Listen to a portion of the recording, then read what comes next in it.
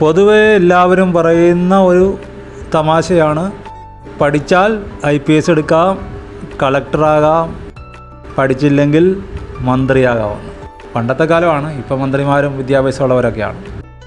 പക്ഷേ ആത്മീയത്തിൽ ഇതിന് മാറ്റമില്ല. അത് അന്നും ഇന്നും ഒരുപോലെയാണ്. പോഷന്മാരെയാണ് തിരഞ്ഞെടുക്കുന്നത്. എന്തുകൊണ്ടാണ്? കർത്താവിന് വേണ്ടത് താഴ്മയുള്ളവരെയാണ്. പോഷന്മാർക്കാകുമ്പോൾ പരാജയപ്പെട്ടും തോറ്റും ഹൃദയത്തിനൊരു താഴ്മയുണ്ടാകും.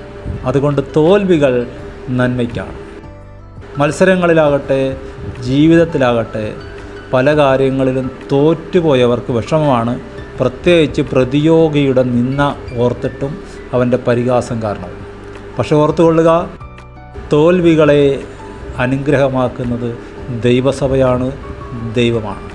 ദൈവത്തിലേക്ക് അടുക്കുക, ദൈവസഭയിലേക്ക് വരിക. നിങ്ങളുടെ പരാജയങ്ങളെ നന്മയ്ക്കാണെന്ന് നിങ്ങളെക്കൊണ്ട് പറയിക്കും.